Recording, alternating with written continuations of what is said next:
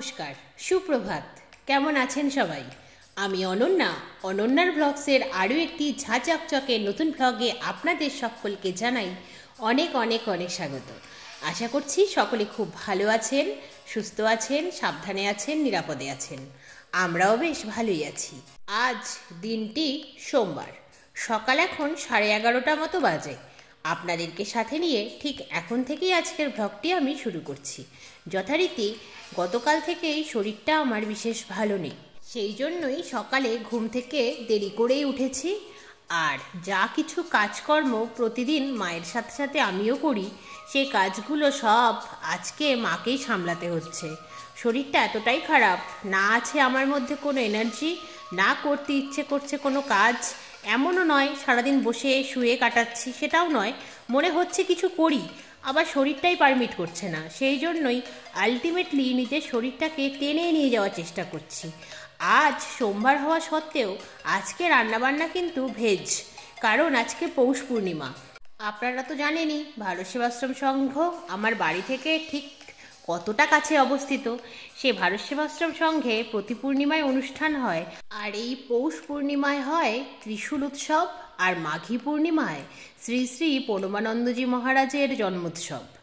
কিন্তু শরীরটা এতটাই খারাপ, বাড়ির এত কাছে ত্রিশূল উৎসব অনুষ্ঠিত হচ্ছে জানা সত্ত্বেও যেতেই পারলাম না। শরীরটাই যে পারমিট করছে না। দেখবেন শরীর ভালো না লাগলে কিছুই ভালো লাগে না। আজকে মা যথারীতি রান্না করেছে আলু, ফুলকপি, বড়ি দিয়ে একটি নিরামিষ ঝোল আর মূলো ভাজা। যেহেতু মূলো আগামীকালই লাস্ট খাওয়া, মাঘ মাসে মূলো খায় না, সেই জন্যই এবছরটাতে তো মূলোর বিভিন্ন রকম চচ্চড়ি খাওয়া হলেও মূলো ভাজাই খাওয়া হয়নি, তাই মা আজকে মূলো ভাজা তৈরি করেছে। মায়ের শরীরটাও পারমিট করছে না, আমি বুঝতে পারছি, কারণ এত কাজ তো মায়ের করার অভ্যেস বেশ কয়েক মাস ধরেই নেই। আমি মায়ের হাতে হাতে অনেকগুলো কাজই এগিয়ে ফেলি, আর যেহেতু কিছুই করতে পারছি না, তাই মায়ের কষ্টটা দ্বিগুণ হয়েছে বুঝতে পারছি।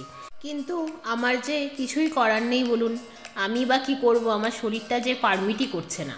এদিকে আগামীকাল যেহেতু মকর সংক্রান্তি, এই জন্যই আজ আমাদের বাড়ির নিয়ম অনুসারে আলপনা দেওয়ার নিয়ম রয়েছে।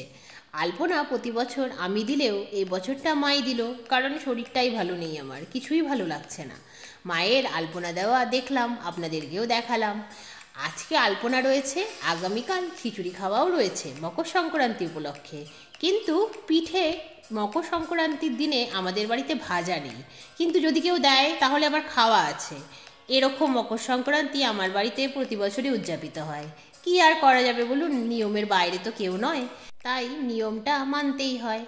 তারপর যথারীতি মা মেয়েতে মিলে লাঞ্চ সারলাম, তারপর ছাদে এসে জামা কাপড়গুলো তুলে ফেললাম।